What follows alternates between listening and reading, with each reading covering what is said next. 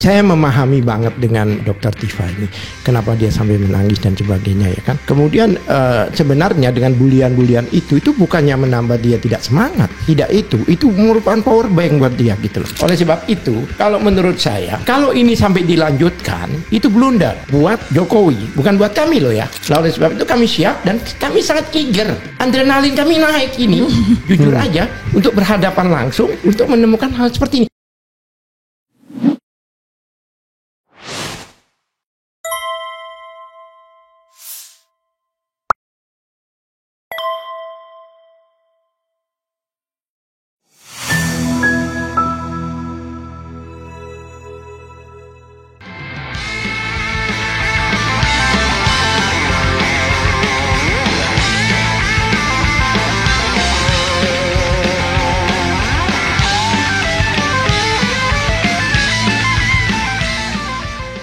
Jadi itu keprihatinan kita ya. Jadi kembali ke siapapun ya. Ini pertanyaan saya adalah, kita ini sontoloyo sekali ya jadi negara itu. Saya kan mengatakan bahwa kalau ada kita negara mengaku demokrasi tapi bisa masih bisa memenjarakan orang yang berpendapat, maka negara itu sontoloyo demokrasi. Ya.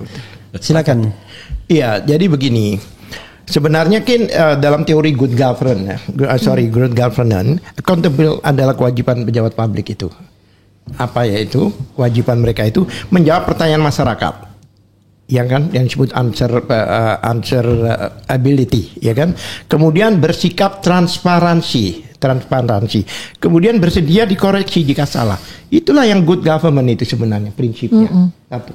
Oleh sebab itu tadi saya sambungkan lagi dengan statementnya ceritanya Dr. Tifa tadi, ya kan, kenapa dikatakan ini sarjana muda dan sebagainya. Ini nyambung dengan penjelasan Barreskrim kemarin yang mengatakan KHS itu di tengah-tengah nggak sampai selesai. Yeah. Yang disampaikan kemarin ya katanya di laboratorium atau apalah, itu sampai kalau nggak salah cuma semester 6. Pertanyaan saya kenapa nggak sampai selesai? Jadi sebenarnya itu tadi ada korelasinya. Kalau dia sarjana muda ya memang sampai situ KHS-nya kan begitu. Iya. Itu, ya kan? Dan banyak hal-hal lagi yang mungkin di luar ini. Contohnya sekarang ada isu di luaran bahwa Barreskrim tidak akan mengadakan laboratorium lagi untuk digunakan di Polda. Itu tidak lihat seperti itu. Kalau itu yang dilakukan itu bertentangan dengan perkap mereka sendiri. Perkap nomor 10 ya 2009 itu, itu jelas menyatakan bahwa ada satu kriteria di situ. Pada saat mereka itu mengajukan laboratorium, itu harus ada permintaan dari lembaga unit. Dalam hal ini penyidik. Laboratorium polisi itu kan bukan hanya untuk internal, bisa juga ada kejaksaan, bisa juga mana namanya itu biaya cukai dan sebagainya, karena mereka yang punya alat canggih itu kan, ya kan, itu ada aturannya Perkap itu 10 tahun 2009 itu ya, pasal 10 yang menyatakan bahwa dalam melakukan laboratorium itu maka wajib ya itu persyaratan prosedur dan persyaratan teknis, kan laboratorium itu kan macam-macam. Tentang kasusnya perkaranya apa gitu, ada perkara mungkin pengguguran kandungan lah atau kebakaran, jadi itu banyak, itu sudah diatur di situ. Itu ada aturan standar yang hampir sama di semuanya itu, termasuk yang kemarin pasal 84 itu adalah dokumen cetakan ya, tapi ada juga yang dokumen saja yang dikatakan dokumen itu mungkin bisa dibacakan ya, itu pasal 80 7980 mungkin dibacakan, nanti saya jelaskan. Ya kan, anggap aja kalau ijazah itu dianggap cetak masuk ke 84, tapi kalau ijazah itu masuk dokumen itu masuk 80, tetapi sama standar dari proses itu. Mau dibaca tuh gimana tadi? Enggak apa-apa, nanti aja. Biar tidak terlalu. Di situ satu syarat utama pasal 10 itu intinya ya di Perkap itu. Perkap Kapolri loh ini. Bukan Perkapnya lawyer Kapolri. Satu, ya kan?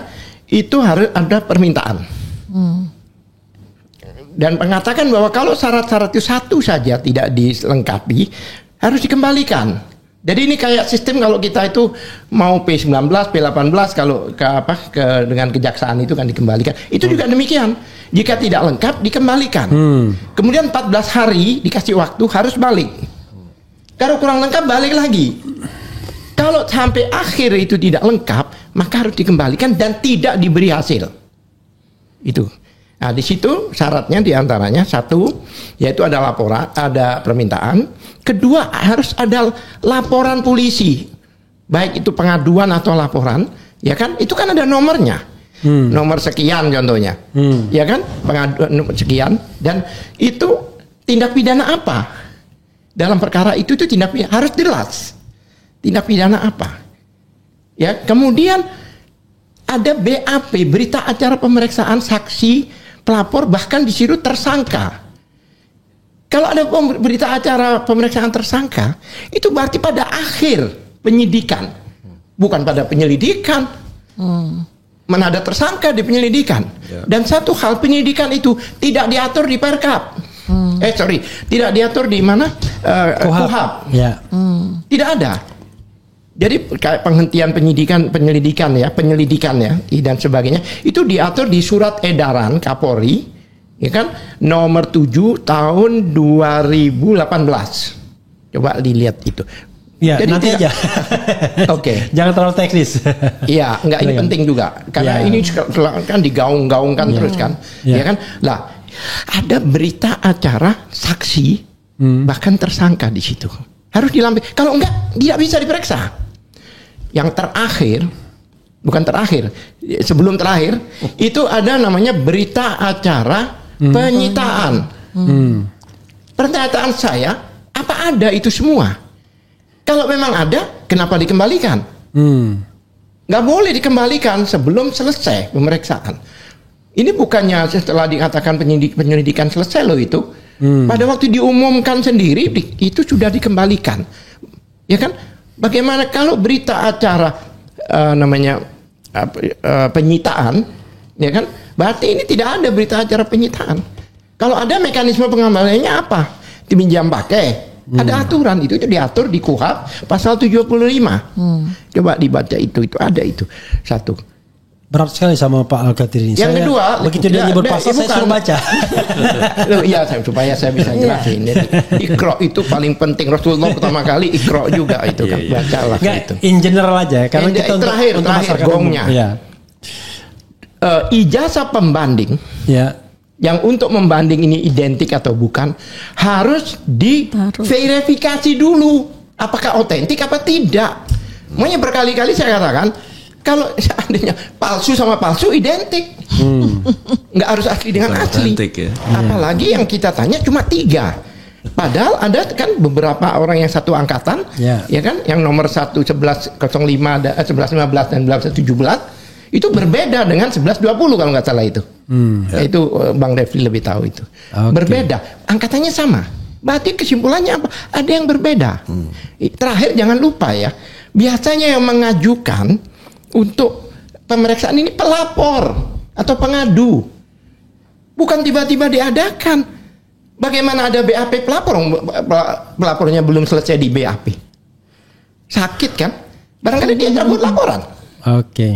Barangkali dia bawa bukti-bukti yang punya orang yang berbeda. Tidak boleh. Saya itu ada yang 3 tahun loh, 3 tahun sampai sekarang belum diproses. Betul. Karena pelapornya sakit. Bukan sakit aja, seperti itu. 3 tahun. Ya, jadi dalam kasus ini terkesan kok Bareskrim kenapa agresif gitu loh, buru-buru gitu ya. Bahkan sekarang saya pelapor, kan saya diberitahu, Pak, ternyata identik loh Pak pelapor. Ini tidak disampaikan ke pelapornya atau pengadunya, langsung diumumkan ke masyarakat. Tujuannya apa? Ya kan? Tujuannya kan jelas sudah. Oke, Pak. Saya semangat. Saya melihat ya kasus ini sekarang ini kelihatannya berkutat di perang opini. Ya. Jadi bukan lagi di proses hukum. Saya menganggap proses hukumnya itu justru pihak Jokowi delay dan terkesan bahwa pihak Jokowi itu tidak ingin sebenarnya ada proses hukum lebih lanjut, baik di Bareskrim Polda Metro maupun di pengadilan negeri. Ada kesan bahwa kalaupun mereka mengatakan akan membawa atas perintah pengadilan, itu dari segi nalar yang sehat itu aneh aja. Iya. Toh substansinya nggak berubah, mau dia tunjukkan ke pengadilan, tunjukkan ke rakyat kan. Kalau memang ijazahnya ada ya podo wae kan ibaratnya kalau orang Jawa kan. Nah, saya ada kesan sekarang ini buat Pak Al-Kathiri. Boleh. Ada kesan masyarakat ini boro-boro dilindungi tadi. Seperti kata Chris Komari, yang ada adalah diteror kita. Iya. Untuk ditersangkakan. Wah, ini bakal banyak tersangka katanya nanti. Kata penasihat ahli Kapolri, luar biasa wise man itu kan. Kan harusnya dia punya wisdom kan, tapi dia melakukan itu. Kemudian kita juga dengar dari pengacara. Akibatnya apa? Yang terjadi adalah setiap saat kita dengar begitu orang ngomong tentang ijazah, sebentar lagi akan jadi tersangka. Tidak hanya dokter Tifa, kita semua, ya kan? Kalau Al-Kathiri enak, dia bisa berlindung di balik kekebalan undang-undang advokat, tapi tidak berlaku untuk Kurnia dan Egy Sujana. Rizal Fadila nggak advokat dia. Oh, dia bukan advokat. Dia advokat. Kurnia advokat. Enggak, Rizal Fadila. Advokat. Dia tapi dia tidak sedang ini, tidak jadi advokat kasus itu. Silakan Pak Al-Kathiri menyampaikan. Soal opini publik. Sekarang perang opini publik bukan lagi mau penyelesaian hukum. Ini dari dulu kan seperti itu. Apalagi sekarang ini mungkin timbul buzzer itu kan, ya kan, yang tadinya diam sekarang ikut ngomong dan sebagainya, yang tadinya saya pikir udah nggak lagi, termasuk yang ngabalin apa itu kan, ya kan, sekarang ikut berbicara dan sebagainya, itu kan ada apa kan, itu pertanyaan kami, ya kan. Jadi kalau dia memfitnah boleh ya? Iya, jadi begini, kita ini kan data kita kan lengkap, kita akan hadapi nanti semua, kita punya namanya legal audit. Selama ini saya lakukan legal audit, semua data itu masuk ke kami sebagai lawyer. Nah, nanti kita formulasikan menjadi bukti hukum buat kami. Oleh sebab itu, kalau menurut saya, ya kan, kalau ini sampai dilanjutkan, itu blunder buat Jokowi, bukan buat kami loh ya. Karena apa? Sekarang kan sudah dibungkus rapi bahwa dia asli, ya kan? Tapi kalau nanti di persidangan harus dibuka kembali. Kami berhak juga masuk ke data-data mereka. Kami berhak juga mendatangkan KPU. Bahwa KPU Solo itu pada waktu itu siapa orang-orang yang in charge di sini. KPU Jakarta, kemudian KPU Pusat. Ini bukannya tinggal diam. Mereka harus datang dan bawa data lah. Sekarang identik nggak data yang dimasukkan di KPU dengan data yang dimasukkan di Barreskrim? Ini kan masalah negara ini. Dan yang kita katakan dari awal, ini dokumen publik. Bukan dokumen pribadi. Sejak dia mendaftar menjadi presiden, yang tadinya dokumen pribadi menjadi dokumen publik, yang mana masyarakat mempunyai kewenangan. Karena saya kan pasal 1 Undang-Undang Dasar tadi ayat 2 menyatakan kedaulatan di tangan rakyat. Rakyatnya yang berkuasa, bukan mereka. Lalu oleh sebab itu kami siap dan kami sangat eager. Adrenalin kami naik ini, jujur aja, untuk berhadapan langsung untuk menemukan hal seperti ini. Karena begini, laboratorium Barreskrim ini bukan pertama kali bikin simsalabim seperti ini. Perkara saya di teroris kemarin, yang dituduh teroris, itu kaget banget loh. Bayangkan, dari laboratorium forensik membawa bukti flash disk dengan nomor yang jelas, ya kan? Yang mana flash disk ini sudah diperiksa tahun lalu untuk perkara orang lain. Tahun sebelumnya maksudnya? Tahun sebelumnya, tapi untuk perkara orang lain. Kok bisa dihadirkan lagi di persidangan itu?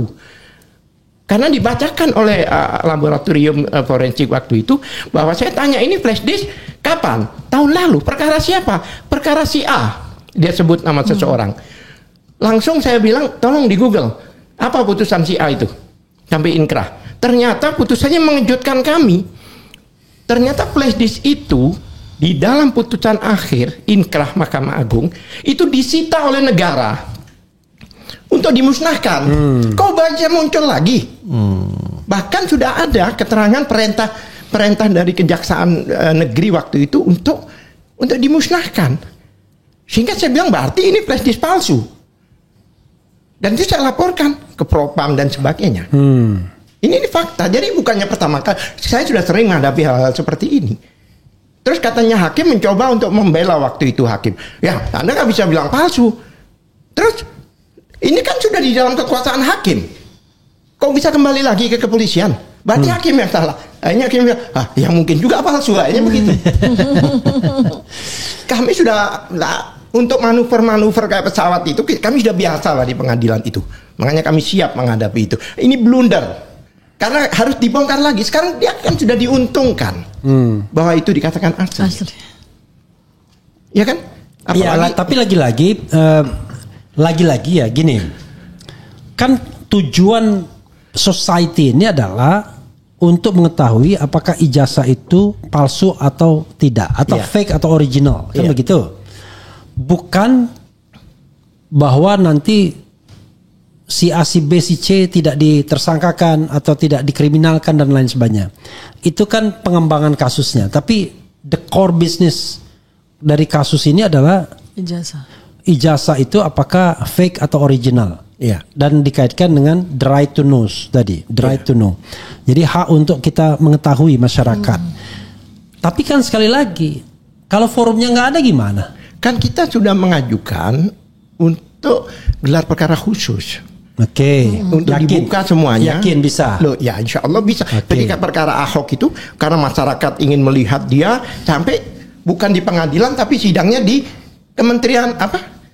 KIP? Bukan, Kementerian Pertanian. Oh, oke. Itu kan bisa aja. Iya. Kan ini kan bukan masalah orang per orang, bukan masalah Dr. Tifa, bukan masalah Roy Suryo. Ini masalah bangsa Indonesia. Dulu saya mendengar mau mengajukan kasus ke KIP, Komisi Informasi Pusat. Ya. Tapi sampai sekarang belum jalan. Belum. Masalahnya begini. Kami semua akan kami lakukan, khususnya pada stakeholder penegakan hukum. Ya. Mulai dari Komnas HAM, karena ada teror-teror di situ. Ya. Ada Komnas perempuan, kemudian Irwasu, ya kan? Kemudian apalagi Ombudsman sampai di PRRI. Ya kan? Biasanya kalau ada perkara-perkara yang sederhana aja, mereka nurunkan Kompolnas untuk dialog. Sekarang kok nggak ada? Kami siap berhadapan dengan mereka. Kalau memang mereka betul-betul sebagai orang yang mensupervisi kepolisian, kami minta pertanggungjawaban di depan publik. Kalau ke kantornya kan nggak ada yang tahu. Itu. Ada pertanyaan? Anda ngerti kan Anda? Ya saya nggak mahasiswa ini. Any question? Oke, kita bicara mengenai lain. Ini ke Dr. Tifa ya. Hal yang seksis ya. Apa istilahnya seksis ya? Misogini. Misogini. Oh, baru dengar saya. Siapa yang hobi nipu itu biasanya apa tadi? Hobi nipu itu apa tadi yang biasa? Oh, mitomania. Mitomania. Baru dengar juga saya. Saya ngerti mito itu ya mito tisu itu. Kebiasaan berbohong. Nah, mitomania. Saya pahami ya, dalam perdebatan atau dalam kasus seperti ini, perempuan tuh selalu jadi korban. Karena biasanya tadi seksis perspektif itu ya. Jadi mulai tuh. Tuh kadang-kadang status, kadang-kadang apa dan lain sebagainya. Cantik salah, jelek salah, apalagi kan? Biasa salah semua itu, ya kan? Kalau cantik salah, jelek salah, ya kan? Yang jelas perempuan. Saya membayangkan kalau saya lihat tuh banyak sekali tuh Dr. Tifa menerima perundungan begitu, perundungan ya? Perundungan. Istilahnya perundungan. Ya? Bullying itu kan perundungan. Perundungan. Bullying. Ya. Bullying. Sekarang tapi bukan perundingan, tapi perundungan. Dan ya kan? Bull itu bukan kerbau, Pak. Hah? Bull. Iya, bull. Kerbau kan? Bullying. Bullying justru itu perundungan kerbau. dan perisakan. Oke. Jadi apa yang dokter ingin katakan atau ingin lakukan terhadap hal-hal demikian? Dan saya mendengar dokter baru aja mendapatkan dukungan dari sebuah komunitas. Kalau mau di-spill silakan, tapi kalau tidak kadang-kadang komunitasnya keberatan kan? Silakan. Ya, jangan. Nggak, sebetulnya tadi kita juga sepakat bahwa komunitas tersebut inginkan semua disclose ya. Karena kan saya sendiri nggak ada yang ditutupin. Justru malah saya ingin menyampaikan sejelas-jelasnya, sedetail-detailnya kepada masyarakat. Termasuk alhamdulillah tadi saya mendapatkan dukungan dari sebuah organisasi namanya Perekat. Ya. Perekat itu adalah komunitas Kristiani. Ya, di dalamnya terdiri atas para pendeta-pendeta di seluruh Indonesia, organisasi-organisasi pendeta Kristen, organisasi-organisasi Kristiani. Ya. Terus wartawan Nasrani juga ada berwarna Perhimpunan Wartawan Nasrani Indonesia. Ya, itu semua tadi bergabung karena mereka hari ulang tahun Perekat. Jadi kumpulan dari organisasi-organisasi tersebut tuh mereka berulang tahun dan saya diminta untuk ikut merayakan ya, menjadi narasumber mereka dan saya senang sekali karena di Jakarta. Di Jakarta. Dan saya senang sekali karena mendapatkan dukungan yang ya kita memang ini adalah peristiwa nasional ya, ini adalah masalah bangsa, bukan masalah siapa-siapa. Jadi saya alhamdulillah mendapat dukungan tersebut. Kemudian saya juga nanti akan berikan apresiasi dan hormat saya kepada mereka dengan menyampaikan sesuatu nanti mungkin berupa surat video terbuka atau apa gitu. Jadi sebuah video begitu. Nah sekarang dalam hal soal perundungan ya, saya rasakan terutama ketika saya tampil di iNews beberapa hari yang lalu itu sebetulnya kan harus dibaca sebagai sebuah suara hati seorang perempuan ya. Kenapa Dr. Tifa sampai menyampaikan hal seperti itu dengan cara seperti itu? Secara umum saya mesti sampaikan ya, seorang perempuan itu sering laki-laki, ini karena Indonesia ini kan misogini ya, terus terang ya, terhadap perempuan itu. Misogini itu apa? Jadi merendahkan perempuan, ya merendahkan perempuan. Jadi perempuan itu dianggap lemah dan sebagainya. Termasuk soal menangis atau air mata.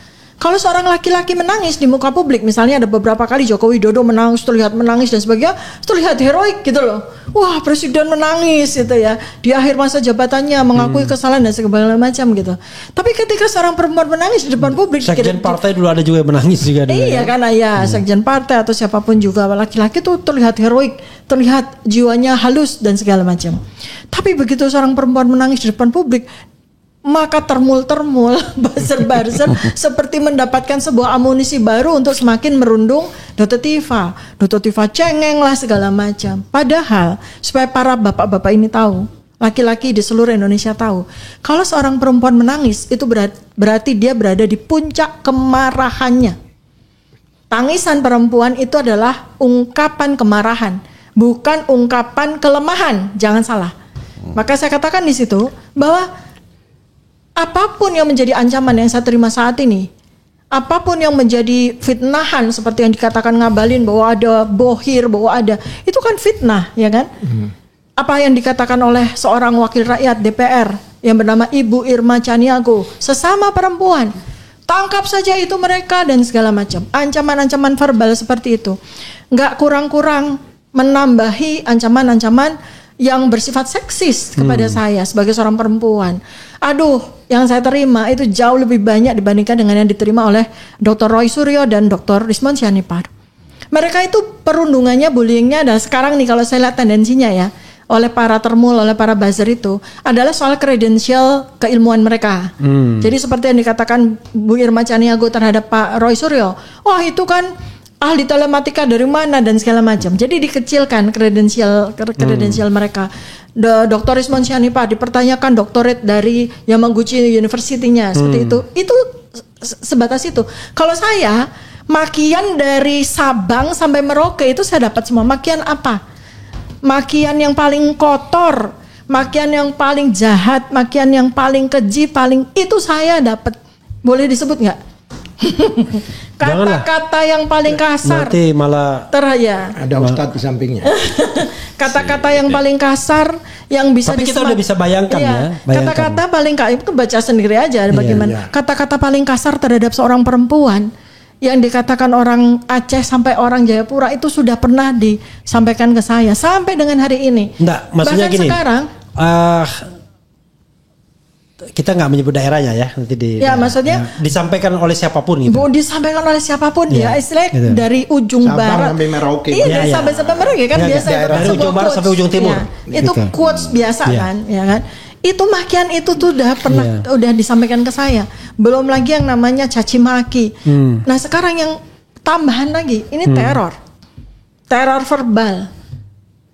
Teror verbal disampaikan melalui media apa? Media Twitter, media TikTok ya. Langsung ke WA nggak ya? Langsung ke WA juga. Ada juga ya? Banyak sekali. Kalau itu yang langsung ke pribadi saya, WA, DM, inbox, aduh, isinya udah luar biasa. Saya nggak tahu apakah itu menjadi evidence untuk kita tuntut apapun ya, tapi saya nggak mau pikirkan itu ya. Tapi itu udah banyak sekali. Ada satu masa di mana saya nggak mau pegang HP saya, karena isinya itu bahkan sampai telepon. Bahkan sampai WA, ini udah nggak bisa dibaca lagi nih HP saya. Oh itu ada telepon nggak jelas juga? Oh ya? Banyak sekali, sampai tengah malam, sampai jam dini hari itu. Ini sampai HP saya ini. Maka mungkin mohon maaf ya, Bapak Pak Agus atau Pak Al-Katiri, kadang-kadang saya suka, karena isinya luar biasa. Lawyernya aja jarang diterima. Karena saking luar. Apalagi saya. Karena saking luar biasanya isinya gitu. Jarang diterima HP, tapi tidak dijawab. Karena terlalu. Nanti orang bilang, lawyernya maksudnya lawyernya datang tengah malam, bukan kan? Telepon atau WA. Enggak tengah malam juga. WA-nya nggak dibalas. WA-nya nggak dibalas. Telepon nggak diangkat. Belum dibalas. Jadi sangat seksis ya tentang sangat seksis lah. Sangat seksis itu yang saya terima, sehingga ya mungkin ya bisa dimaklumi kalau saya sangat marah dan saya bilang puncak kemarahan seorang perempuan itu nangis. Itu menangis itu adalah tanda frustrasi, tanda marah sekali, tanda sesuatu yang sebetulnya sudah ditahan dengan kesabaran. Titik kulminasi. Ya, sudah titik puncaknya. Bukan sedih ya, bukan. Perempuan itu beda. Perempuan itu menangis itu tanda marah. Tanda kecewa, marah, bukan sedih. Bahkan perempuan itu pada saat puncak kesedihan malah tidak menangis. Lihat aja perempuan-perempuan kalau sedang berduka, kehilangan orang tua, kehilangan keluarga, pada saat itu malah tidak menangis. Coba aja lihat. Karena dia sibuk dengan, dia bisa mengenal. Tapi ketika dia marah, kecewa, itu dia malah menangis. Ada teman saya dulu, memang ketika ibunya meninggal, dia konsentrasi bagaimana menyelesaikan prosesi. Setelah prosesi selesai, 3 hari kemudian dia baru nangis. Gitu. Saya tambahkan nanti itu. Jadi supaya tahu situasi pada saat itu. Dan pada saat itu kan saya mengalami serangan misogini juga pada acara tersebut, ya kan? Bagaimana mereka memaki-maki salah satu dari narasumber itu. Waduh, kata-katanya udah kepada rekan saya ya, kepada lawyer saya bahkan, Bu Kurnia, itu bisa evidence. Saya kadang-kadang nggak habis pikir ya. Ini kritik juga kepada lawyer, walaupun saya lawyer juga ya. Kok bisa lawyer itu mentalnya adalah mental memenjarakan orang, apalagi sampai mudah-mudahan malaikat datang mengaminkan. Padahal beliau katakan if ya kan. Saya bersedia kalau memang ijazahnya asli kan gitu. Kok tiba-tiba lawyer siapa itu? Ada lah lawyer. Kita nggak boleh sebut nama. Kalau di organisasi saya pecat lawyer itu. Dan di depan umum, di depan publik ya, kita tuh sangat sangat terlarang ya menyebut orang dengan kamu, kau. Itu kan pada waktu itu seperti itu, dan ini sesama sejawat loh. Nah itu kan saya terpengaruh, marah saya sangat marah. Jadi begini, kalau saya tambahkan sedikit ya. Sampai juga ada tambahan sedikit. Oh saya lebih terkenal tuh, saya lebih banyak. Ya harus gitu dong. Tolong ya, jadi lawyer itu jangan suka membangga-banggakan kasus. Karena kalau kita bicara tentang yang namanya ini noble, ini profesi yang terhormat. Justru Anda harus malu kalau seandainya Anda membela kasus yang banyak duitnya. Ya kan? Gitu. Saya rata-rata nggak ada duitnya. Gini, saya tambahkan pembicaraan. Jadi begini, saya memahami banget dengan Dr. Tifa ini, kenapa dia sampai menangis dan sebagainya ya kan. Kemudian sebenarnya dengan bulian-bulian itu bukannya menambah dia tidak semangat. Tidak, itu merupakan power bank buat dia gitu loh. Baru kali ini saya dengar istilahnya merupakan power bank. Dia nggak lowbat, malah power bank. Itu energi baru buat dia, satu. Kedua, dia yang ditangisi itu apa? Bukan nangis ya, mengeluh itu apa? Dia bilang, kok sampai orang nggak mau buka ijazahnya gitu loh. Intinya itu loh. Ya kan, sampai merelakan orang masuk penjara. Yang itu yang ditangisi, tinggal buka saja ijazahnya, selesai sudah. Jadi sebenarnya yang ditangisi itu karena Frustrasi. tidak mau membuka Ijazah. rela lah dia itu membuat orang-orang itu di penjara hanya dengan Bahkan tidak ada- membuka. ada lagu terakhir. Maaflah sama Jokowi. Kok tidak Kok maaf? meniru Obama gitu loh maksudnya, Iya. gitu loh. Dengan selesai kan, dia katakan bahwa dia bukan citizen, bukan kelahiran sana, ditanya ini birth of birth saya. Tega-teganya gitu loh. Nah, itu intinya itu. Sudah. Kan dikatakan begitu. Jadi dia sampai nangis, kok ini orang ini pemimpin negara kok sampai rela tanpa membuka ijazahnya, nggak peduli dia sampai orang Yang itu. dilakukan Obama tadi kan bagus sekali. Dia memberikan otorisasi kepada lembaga yang memiliki data dia. Iya. Dan tidak hanya short form, tapi long long form. Iya. Jadi sebagai pejabat publik berhak warga negara itu mempertanyakan. Iya. Iya kan? Oh, itu berhak. Dan whenever dia comes to public, dia bukan lagi private document. Bukan lagi. Iya. Karena sudah Begitu dia digunakan. mendaftarkan dirinya dan ijazah itu merupakan syarat dari pendaftaran itu sudah menjadi milik umum. Makanya saya heran tuh kalau ada lawyer Kecuali yang ngomong, tidak ada melampirkan Iya. ijazah. lawyer yang ngomong, wah ini kan private, dokumennya private. Iya, sampai Nggak juga bilang biasa. gini, apakah ada kewajiban Pak Jokowi mengumumkan tentang ijazah aslinya walaupun dia punya? Ya memang tidak ada kewajiban seandainya. Oh enggak, itu Loh, kalau enggak. ada Sebentar. public ethic itu wajib. Loh, bukan ketika seandainya diminta, saya bilang. ketika diminta wajib. Seandainya dia Iya. mengatakan demikian, selain itu Iya. publik, kedua ada satu peristiwa. Kenapa pada waktu dia memenjarakan orang dengan kebohongan, jaksa tidak memeriksa dia, polisi tidak meminta ijazahnya untuk membandingkan di persidangan? Kan itu kan waktu itu kena kebohongan itu Bambang Tri dan Gus Nur itu. Ya, dia harus periksa itu untuk memastikan bahwa orang ini bohong. Seharusnya dari awal jaksa itu sudah harus menghadirkan ijazahnya di dalam persidangannya. Tuh, Dokter Tifa sudah mulai Power bank ini ya. emosinya naik tuh, udah mulai merah tuh mukanya. Iya, udah masuk korbannya ini. Oke, sebelum ini coba kita bacakan dulu komentar sobat daerah sekalian. Siapa tahu ada yang penting untuk dijawab ya. Teguh Santoso, dia malah pantun. Jalan-jalan ke kota Parigi, naik bus malam, indah sekali. Cakep. Kalau si Mukidi merasa ijazahnya asli, para termul kelojotan pas minta diverifikasi. Oke, mana lagi ya? Saya agak bingung tuh kalau membaca ini, soalnya kadang-kadang Gerak terus. Jadi sekarang lihat ya, kita para saintis itu diadukan dengan ahli hukum. Nah ini ada nih, ini perlu saya klarifikasi. Refli Harun, cemen, nggak mau gabung, nyari aman sendiri, tidak setia kawan. What? Nah ini sekarang lagi ngapain? Bukan, saya tuh kadang-kadang bingung. Mereka bilang gabung itu, kok tidak gabung sebagai Kuasa lawyer? hukumnya Dokter Tifa. Padahal sobat era sekalian ya, ini hurakan yang harus paham. Justru saya tidak gabung sebagai kuasa hukum itu saya berani.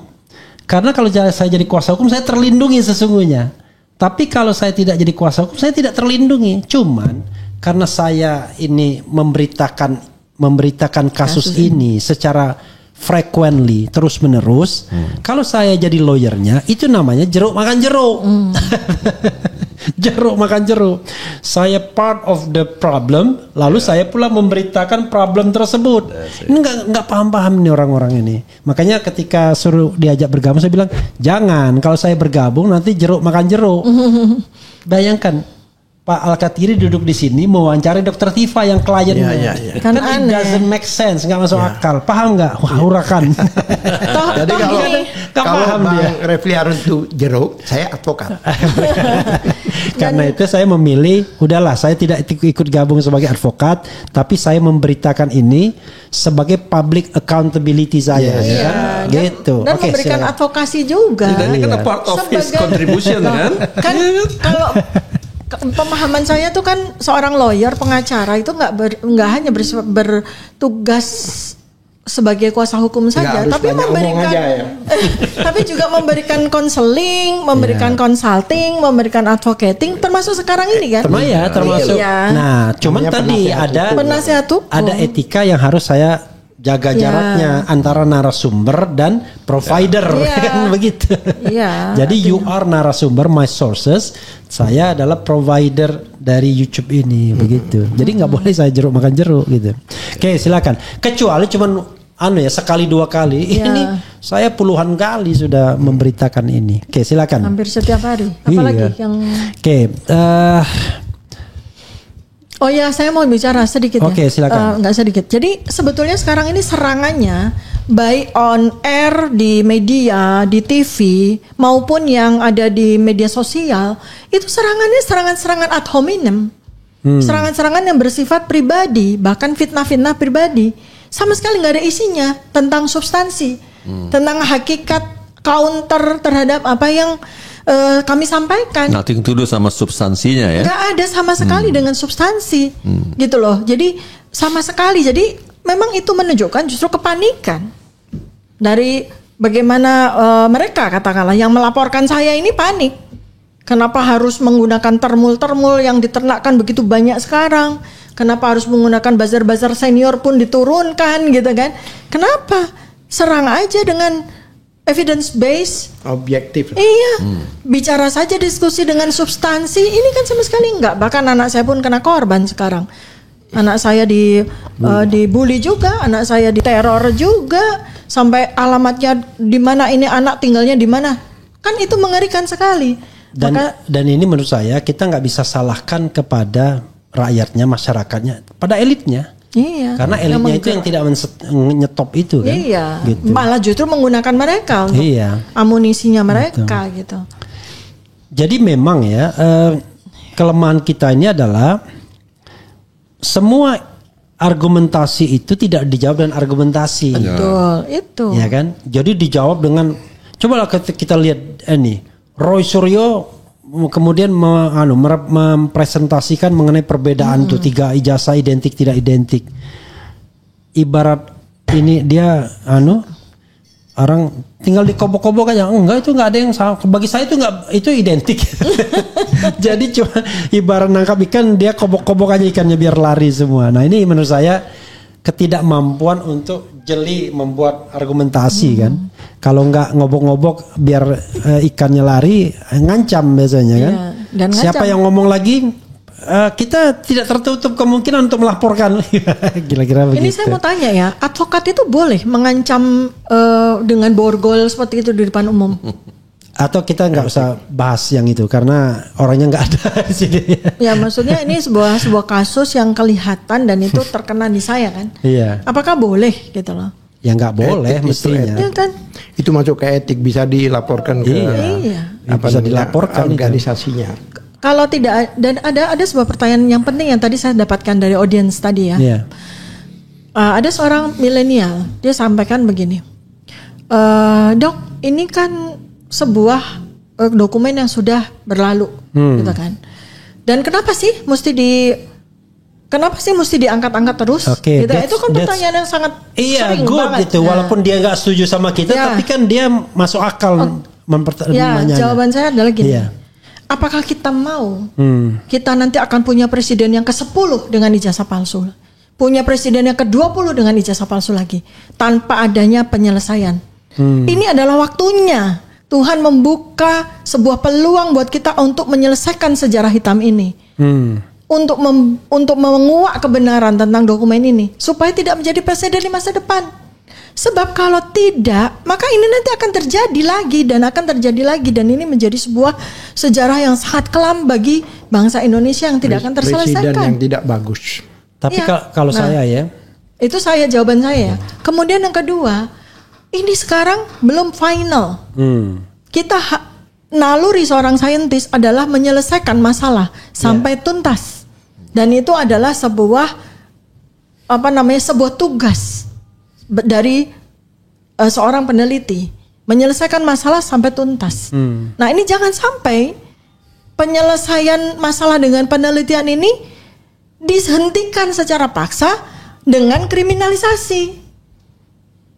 Itu sebuah preseden dan akan menjadi sebuah legasi yang sangat buruk bagi negara kita sampai masa depan. Itu jawaban saya. Oke.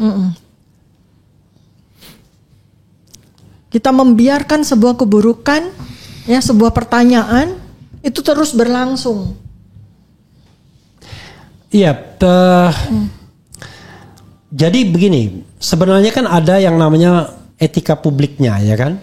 Yang kita permasalahkan ini adalah ijazah yang digunakan untuk melamar jabatan publik. Ya. Dan kita pengen disclosure. Itu yang paling minimalis kan? Ya.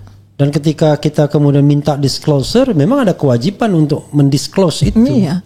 Gitu loh. Karena itu bukan informasi yang dirahasiakan, kan begitu. Nah, ini aja dia nggak mau. Padahal kalau kita bicara tentang kewajiban publik, ya itu kewajiban yang diatur di Undang-Undang Betul. Keterbukaan Informasi Publik kan. Kalau kita minta itu sebagai public disclosure, gitu. Iya. Kadang-kadang susah pejabat publik ini nggak paham kewajiban kewajiban etiknya, kewajiban publiknya. Saya mau kalau ada perintah pengadilan, waduh. Kewajiban secara undang-undang juga kan itu? Iya. Iya kan? Itu kan Iya. ada. Memang kalau undang-undang bicara kalau seandainya ada sengketa informasi. Tapi itu bicara tentang hukumnya, tapi Ya. etika itu kan Di atas hukum. Iya, di atas hukum. Apalagi dia jadi pejabat publik yang tertinggi. Oke.